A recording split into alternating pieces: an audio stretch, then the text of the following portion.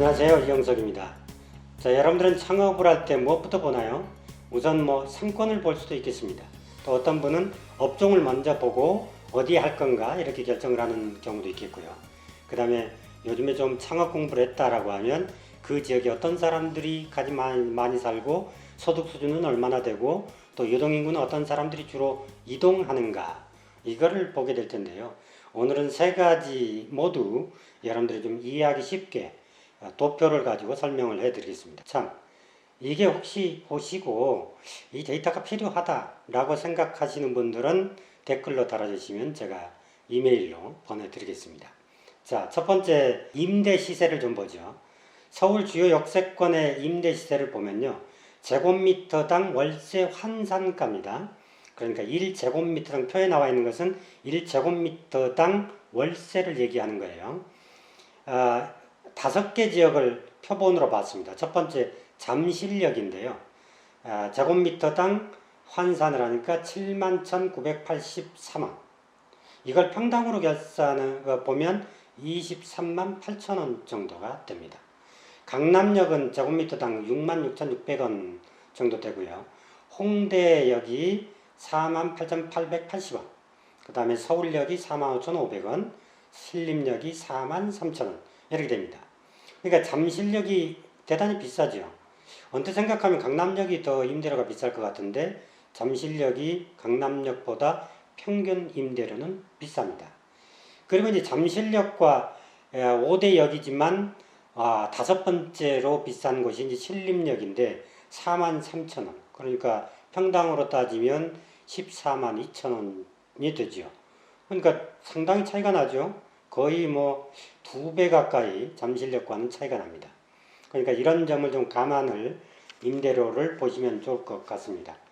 임대료를 왜 말씀을 드리냐 하면 임대료에 따라서 웬만한 매출 가지고는 수익이 안 날 수도 있거든요. 그러니까 임대료를 미리 따져보는 것은 대단히 중요하겠죠. 두 번째 이제 서울 주요 대학가를 따져봤습니다. 5군데를 봤는데 가장 비싼 곳이 연세대, 이대를 포함하고 있는 신촌 상권인데 78,241원. 그러니까 평당으로 환산하면 한 평당 25만 8천원 정도가 되겠습니다. 그 다음에 이제 건대가 57,800원 나오고요. 홍대가 46,600원, 서울대가 44,000원, 고려대가 41,000원 정도가 나오네요. 고려대가 평당으로 따지면 13만 3천원 정도가 되겠죠? 그러니까 결국은 이대 앞보다는 고대 앞이 거의 절반 수준밖에 되지 않는다, 임대료가. 이렇게 보시면 되겠습니다. 그래서 이런 것을 볼 때 여러분들이 어느 업종에 어느 쪽으로 가면 잘 될지, 만약에 임대료가 싼 지역을 찾아서 그쪽의 타겟을 분명히 제대로 분석을 해가지고 그렇게 업종을 정하면 훨씬 더 수익성 높은 사업을 할 수가 있겠죠. 자, 서울 주요 대학의 임대료 시세를 봤습니다. 연대 이대 쪽이 가장 비싸다고 제가 말씀을 드렸고요. 자, 그런데 이번에는 업소수 상위 비중을 보겠습니다. 이 얘기는 뭐냐 하면 그 상권 내에 어떤 업종이 가장 개수가 많은지 이걸 평가를 했다는 뜻입니다. 참고로 이걸 보기 위해서는 이제 표본 조사를 했기 때문에 전체 개수를 나타낸 건 아니고요. 그 비중을 나타낸 거거든요. 그러니까 참고로 보시고 이 표에서 오른쪽을 먼저 보시죠. 그러면 색깔이 가장 진한 게 일반 한식과 백반이고요. 그 다음에 커피 전문점이 조금 더 옅고 호프 맥주 전문점, 그 다음에 경양식집 이렇게 점진적으로 색깔이 옅게 되어 있습니다. 그걸 감안해서 왼쪽을 보시죠.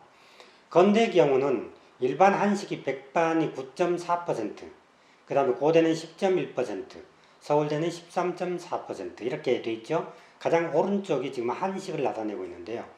그러니까 대학가도 한식과 백반이 가장 업소수가 많다라고 이해를 하시면 되겠습니다. 그 가운데서 서울대가 가장 비중이 높죠. 자, 이 가운데 편의점만 제가 따로 봤습니다. 그랬더니 건대가 2.4개가 있고요. 서울대가 2.7개, 연대와 이대 또 상권이 포함한 상권이 3.4개, 그리고 고대가 6.27개가 됐습니다. 이 편의점이 고대가 6.27개로 건대 거의 3배 가까이 되는데 왜 이렇게 많은지. 아마도 공부하느라고 뭐 정찬을 할 시간이 없어서 편의점에서 컵라면을 먹기 때문에 이렇게 하는가 이런 생각도 듭니다. 여성 미용실을 보면 서울대가 2.7개로 나오거든요. 그러면 한식의 6분의 1 정도 되는데 연대 2대 상권을 보니까 여성 미용실이 5.07개로 나오고 있습니다. 그러니까 한식의 거의 절반. 그러니까 한식집이 2개 있으면 미용실이 하나 있다 이렇게 보시면 되니까 밀집도가 굉장히 높죠. 그 다음에 노래방의 경우는 서울대가 3.43개가 있고요. 고대가 1.91개가 있습니다. 그러니까 노래방은 의외로 서울대 앞이 많아요. 과거에 어느 학생하고 제가 상담을 하다 보니까 서울대에서 그 공부하느라고 그 서울대 학생이었는데 굉장히 스트레스를 많이 받나 봐요. 그래서 그걸 어떻게 스트레스를 푸냐 그랬더니 소리 지르면서 푼대요. 그래서 소리 지를 곳이 뭐 마땅치 않습니까? 그래서 아마도 노래방을 많이 가지 않을까 이렇게 추측을 해봅니다. 자, 호프맥주 전문점이 고대가 2.45개가 있고 연대와 이대를 포함한 상권이 4.61개가 있습니다.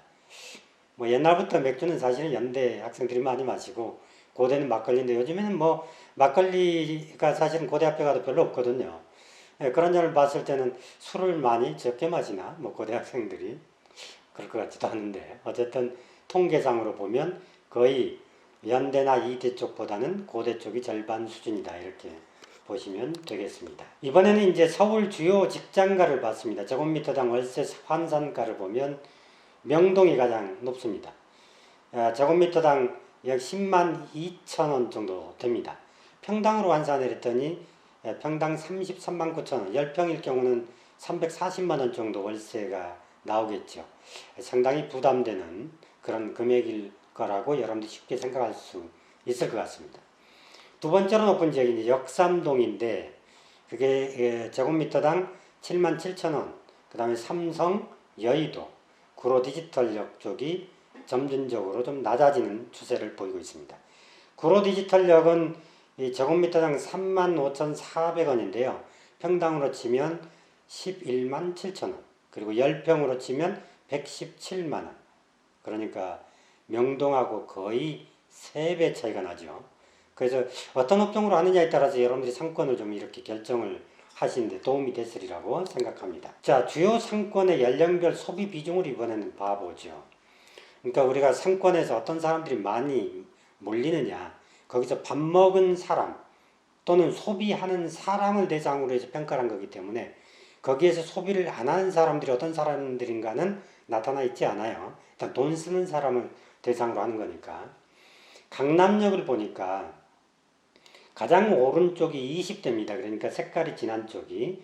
그렇게 쭉 해보면 오른쪽부터 보면 20대가 7.3%, 그 다음에 30대가 27.8%, 40대가 38.3%로 강남도 40대가 소비 비중이 가장 높아요. 여러분들은 어떻게 생각하면 10대 후반이나 20대 중반까지 강남역이 많이 모일 것 같은데 실제로 그 카드를 쓰는 사람들을 보면 40대들이 주로 씁니다. 어떻게 생각하면 아버지의 카드를 가져가서 쓰는 경우도 있거든요. 가족 카드로. 소위 이제 그 40대의 대척점에 10대 후반이 있을 수 있으니까 이걸 일률적으로 그 평가를 하기는 어렵지만 어쨌든 40대의 그 카드 비중이 높다. 그 다음에 이제 명동은 35.2%가 이 40대가 역시 씁니다. 그래서 명동과 강남 이쪽의 소비층이 거의 비슷하다 이렇게 봐도 틀림이 없을 것 같습니다. 차이점은 뭐냐면 강남역은 나이 든 사람들이 별로 없고요. 그 다음에 명동은 명동은 나이 든 사람들이 15.9%, 그러니까 60대 이상도 15.9%로 높은데 강남역의 경우는 60대 이상이 7.0%에 불과하다. 그런 것 정도의 차이점이 있습니다. 그러나 두 군데 다 40대가 주력 소비자다 이렇게 보시면 되겠고요. 신촌의 경우는 오히려 50대가 25.9%로 가장 높습니다.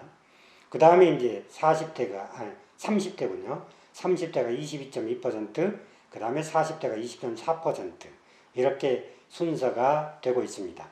신촌을 여러분들이 보면 연대에서 신촌역 방향으로 이렇게 쳐다보면 왼쪽의 경우는 사실은 이제 나이 드신 분들이 많이 가고 오른쪽은 청년들이 학생들이 주로 가는 권역이거든요.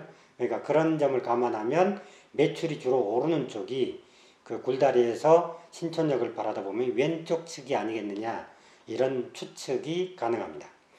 종로의 경우는요 24.6%로 50대가 가장 많이 쓰고 그 다음에 40대 이렇게 나옵니다. 홍대의 경우도요 실제로 결제한 금액을 보면 50대가 가장 많이 결제를 합니다. 42.4%. 그 다음에 60대 이상도 28.7%가 돼요. 우리가 상상하는 것보다 약간 다르죠. 그래서 여기도 역시 대척점에 있는 청년들이 그만큼 쓰지 않을까라는 예측을 해볼 수 있을 것 같습니다. 홍대 앞에는 20대가 가장 낮아요. 비중이 5.9%로 낮습니다. 자, 이런 점을 감안을 한번 해보셔서 여기에 쓰는 사람들이 주력 소비자들이 주로 어떤 사람들인가에 따라서 업종을 정하는 게 당연히 유리하겠죠. 자, 이번에는 서울 직장가의 평균 점심 결제액입니다. 그러니까 점심 때는 뭐 술 마시거나 그러지는 않기 때문에 순수하게 밥값이라고 보시면 되겠습니다. 가장 비싸게, 그러니까 한번 결제할 때 쓰는 돈을 얘기합니다. 여의도에서는 21만 9,800원, 그 다음에 명동은 19,100원, 삼성은 19,000원, 그 다음에 구로디지털역은 12,000원 정도를 쓰고 있습니다. 그러니까 여의도가 굉장히 많이 쓰죠. 만약에 두 사람이 갔다라고 가정했을 때 확률을 여러 가지로 따져봐야 되겠지만 약 11,000원 정도 여의도에서는 객단가가 되겠다 이렇게 추측할 수 있는 반면에 구로디지털역에서는 약 11,000원 정도, 6,000원 정도 되겠다 이렇게 평가를 할 수 있겠죠. 그러니까 그쪽이 아무래도 이제 6,000원짜리가 밥이 많을 수 있겠다 이런 생각도 들 수 있겠습니다. 그러니까 객단가가 떨어진다는 것은 사실은 어떻게 보면 그 상권의 소득 수준하고 비슷하거든요. 그러니까 소득 수준이 높은 지역은 아무래도 객단가가 높아도 많이 사 먹을 수 있으니까요. 여의도의 경우는 증권가라든지 은행 같은 곳이 평균 직원 임금이 월 얼마니까? 연봉이 1억이 넘죠. 그런 곳이 허다하게 많습니다. 이런 점을 감안한다면 여의도가 아무래도 객단가가 높지 않을까 이런 추측을 해볼 수 있습니다. 자, 지금까지 몇 가지의 그 서울에 있는 데이터를 제가 쭉 소개를 해드렸는데 어땠습니까? 한눈에 보니까 훨씬 더 와닿았죠. 이게 필요하시면 제가 저한테 댓글로 달아주시면 보내드린다고 약속을 드렸습니다. 자, 오늘의 주제는 이겁니다. 임대료가 비싸다고 해서 잘 되는 것은 아니다. 두 번째는 결제 금액은 소득 수준을 반영한다. 그 다음에 주요 소비층을 분석한 다음에 업종을 결정해도 늦지 않다. 이렇게 세 가지를 여러분들에게 메시지로 드리고 싶습니다. 자영업이 요즘에 굉장히 어려우니까 쉽게 도전하기는 어렵지만 우리가 하면 최소한 이런 정도 임대료 시세, 그 다음에 거기 어떤 사람들이 주로 모이는가, 그 다음에 결제 금액은 어느 정도 되는가, 이거에 따라서 소득 수준도 좀 파악해보고 업종을 결정하는 그러한 팩트로 활용하시면 좋겠습니다. 고맙습니다.